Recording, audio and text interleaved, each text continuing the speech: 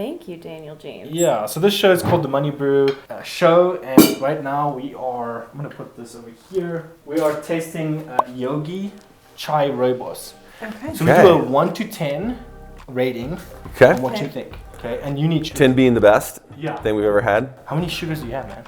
Oh, I need 1 scoop. Oh, yeah. A little bit more than that. Okay, well, I'm going to take as much sugar as you're going to give me, Can I Daniel. mix it on both of yours? Yeah. Okay. While I'm doing this, tell us a little bit about yourself. Just like, what's your elevator pitch? Your 1 minute. Elevator Yours pitch. and then hers. I'll do hers after you. Life experience. I started as a backcountry guide and an entrepreneur when I was 18. Cool. Started a business in Steamboat Springs, Colorado called Backcountry Technologies. I was a professional snowboarder. Rode for a little company called Lib Technologies and Burton. And fast forward 30 years from there, and in that time I've been a horseshoer and a farrier and a rancher and so life experience. Elevator pitches. I've got a lot of life experience. Yep. Yo, I ain't here for the money. I ain't here for the fame. Though it might be nice to own a jet plane, I'ma do it all for you. Come along and see us. Yeah. What? Okay, Caitlyn? Well, I'm from a small town. I knew that as I was growing up that I wanted more experience, more life experience. So I sought out to leave my small town and gain that life experience. And most of the things that I've gained it in is through business. So for me, business has been a huge part of my life and how I've grown and developed. Awesome. Well, we're dying to taste this, so let's go for it. Okay. Cheetah is the first thing that comes to mind. Exactly. Is this South African cheetah? Is this cheetah? So this is a chai rooibos. Close, man. Cheetah is almost there. So 1 out of 10. Caitlyn, you first. Okay, for teas, 10 is the best.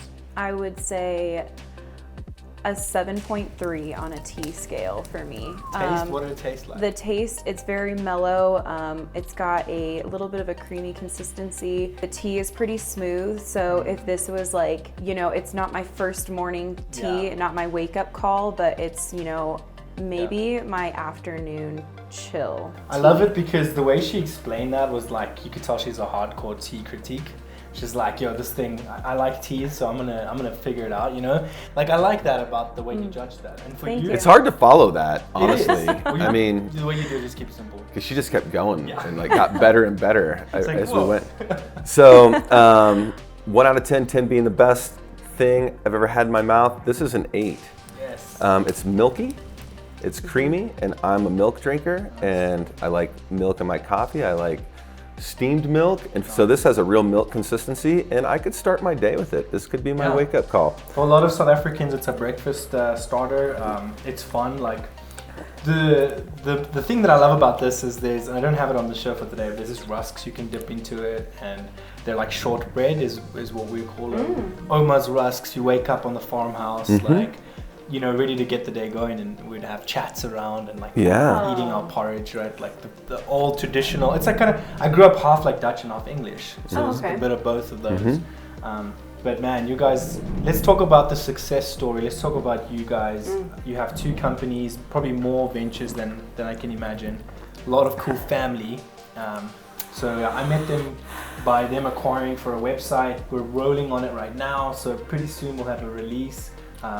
We're just breaking ground, really. We had to recover some stuff, but let's talk about the success story. We'll start with, let's start with Caitlyn, where you were on your journey and how you came across Sal. Yeah, sure. When I was starting in real estate, we both were at Coldwell Banker, and I was struggling in my first year, struggling on my first deal actually. And Sal noticed that I was working on some paperwork. He came up and asked me, he's like, hey, you look like you might need some help. And I did. I definitely needed more than some help. Yeah. After that, he took... It was brutal, It was brutal. Right? You guys so have to hard. understand, real estate is not a joke. Oh, it's not a joke. Right? And we get sold it every day. Yeah, and you know just enough after getting your license to be dangerous. And so moving forward, I knew that I needed a mentor. I needed somebody that was going to be able to walk me through this. And in real estate, you really need more experience than anything to to get through this. So having somebody with more experience and knowing what he was doing to mentor me, that was huge. And in return, I did a lot of his admin work and paperwork and stuff like that. So it really worked out for both of us in the beginning to work together, because he hates paperwork. Yeah, fair statement. Yeah, fair statement. Yeah, because like you can choose the wrong mentor. Like take that to a grain of salt. Like not everyone wants to help you, and not for the right reasons. Correct. And like you gauge that really well. And what do you think? Yeah. Like I know there's more to your success story, but what were you thinking in that moment? Like, well, absolutely. I knew that I'm a good judge of character, and I could see a person that was willing to work hard and that was intelligent. And so, to your point, in business, we work so hard as entrepreneurs to get to where we are that you're not so quick just to impart that knowledge on somebody else. You're just not so quick. So people may say, yeah, I'll be your mentor, but then they start kind of reeling and keeping a lot of the real good stuff, the secrets and the secrets to success close to their chest. And so, or like pay True. me, or then they start, it's more about what is in it for them. And you quickly realize, God, this really needs to be about me. And and I really liked how it was never said about it. It wasn't determined on a dollar amount or who was, the amount of success. It was purely based on helping another agent grow and how we could grow together and do things together within the community. And what really brought us together was one idea that I had a long time ago, and it was really what brought us to. We're like, yeah, that's such a great idea, and we just wanted to do it together. And I definitely needed help doing it. It's something that I couldn't have done alone. So. That's cool. Yeah. And you guys are. I assume you guys know the game, and it looks like you have a good client base.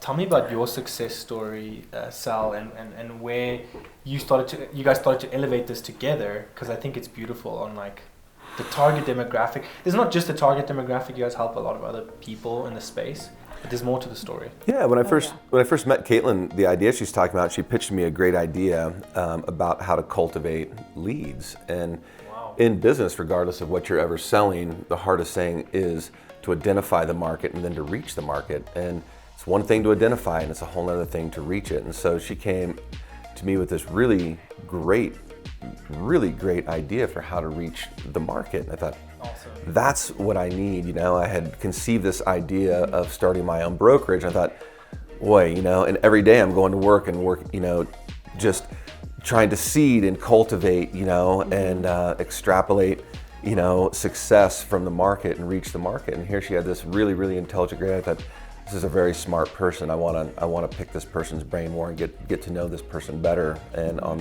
a business level. And so, in that we just started putting our heads together and just started dreaming together. And I would say that our greatest success is going from dreaming about how we would idealize our life and what would be the perfect life to actually going into a building phase. And then now, after building for almost 2 years, now we're getting into an implementation phase, which is what brought us to you, is continuing the building and then developing the tools and implementing the tools. And so I'd say that's so good. Yeah, growing together. Like we see all this stuff, and I'm learning this too online. Like it's all, oh no, we can teach you how to make this amount of money, this, that, this. And that's not really success. I mean, from what we've experienced, what I've noticed is it's really the whole life, like a balanced approach. I mean, and we really talk to the viewers here where it's, your passion points, if you can fuse those two, that's phenomenal. And we'll get to some more of that. But my next question, absolutely, we will. I could tell that the lead, or the thing that that attracted you to the whole idea. Do you feel like leads add on to each other? The lead funnels or lead options add on to each other, or because what I'm finding in business is every industry seems to have like one really good source that I'm like, hey, no, double down on that. But is there more for you? Is there more, or is there less? And how do people need to think about their lead systems, and what things can they think about? I want to ask this. Yeah, with our lead systems, we do have one that produces really well. But for us, these businesses are what are actually the lead that funnel into the real estate business. So if you think awesome. about it, we have our real estate business Sure. right here, and then we have our metal business and our tour guide business, and those actually funnel into the real estate business, bringing us the leads. So it's more of an organic approach to getting leads Cool. for your business. Yeah, like a soft close. Yeah, and yeah, and it's a relationship. It's not like, hey, and they've already trusted us in some way, and That's the cool. relationship was already developed. Nice. And that's a huge feat when you come into real estate, having the relationship build and then getting them into that client mode. Yeah. That's so hard to do because you want to have that relationship first, gain that Genius. trust. It's become about self-promoting. Business has become, Yeah. you know, with social media and the internet, now business, we have this incredible ability to self-promote. And some people are better self-promoters than others. Some people run to the camera every time they see somebody bring a camera out. Right. I was quite the opposite. Me too. I was a horse trainer, you know, I was a recluse and a horse trainer and a backcountry guide. And so the idea of having to develop relationships with people and not just horses and dogs was very, very stressful for me. And so I just, Amazing. you know, and so what I've learned and what that's taught me, I built my business on, so when I came into the business, I didn't have a sphere. Yeah. It was just my horses, you know, They're a and lot my easier dogs. to deal with than you. They Let's are. be honest. Like They're so easy to loyal. please. Dude, They we got are. a They're the pony best. last Christmas. And Yeah. The pony is therapeutic, man. Like everything about like us watching the kids do that, and we didn't have to pay a dime. Someone just said, "Hey, please look after my pony. Like you can." Yeah. have it." And now dude, That's horses so cute. are next level. Like if your life is messed up, just spend some time with a horse. Man, True. And I spent every day, all day long with my horses and dogs. So and you like your mental health was like awesome. It You're was like- off the your, charts. Your soul Yeah. was replenished. And horses are a great judge of character. They don't usually miss, you know, so They they can are. help you No get way. in tune with yourself and center. Oh, there's nothing that will make you check yourself quicker. I Yes. know we're running out of the show length here, and I have another question we can maybe have as BTS. Okay, what is a cheetah in South Africa? If you Ooh. translate it to English, it's cheetah. Yeah, a cheetah. If you direct translated it, and it was an English word, what would it be like? So, the Afrikaans word is leopard. Okay. Okay. So what would it be in English? Fast ass cat. That's so close. Okay, you're next. I was thinking like, well, not just fast cat, but big house kitty. I mean, it's a giant cat. It's close. It's like a giant. It's somewhere there. Okay. Okay, so here's the Afrikaans word. I said leopard, and in English, it's a hunting lazy horse. Like what? Hunting lazy horse. Hunting lazy horse. Bro. Because they are lazy. They got to conserve energy all the time. Right, they're like That guy's slinking like, around. What can I compare this to? Horse lazy hunts. Okay, yeah. Yeah. Throw all of that together. Anyway, guys. Right. Thanks for watching this episode. We're going to have more really cool stuff talking about their passions, how they got into that, how you can get into your passion projects while doing your business. Don't miss that, right? So thanks so much. Don't forget to like, share, and subscribe.